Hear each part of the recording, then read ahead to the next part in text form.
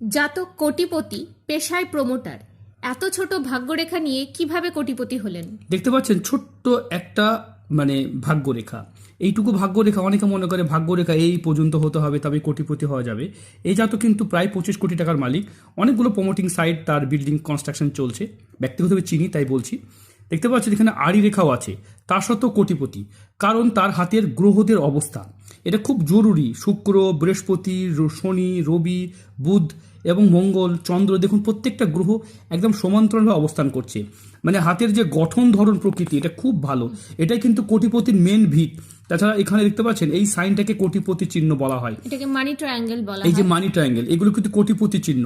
হ্যাঁ, আড়ি রেখা আছে, কাজে বাধা পড়বে মানছি, কিন্তু সেই বাধাকে অতিক্রম করে ওই জাতক কিন্তু কোটিপতি।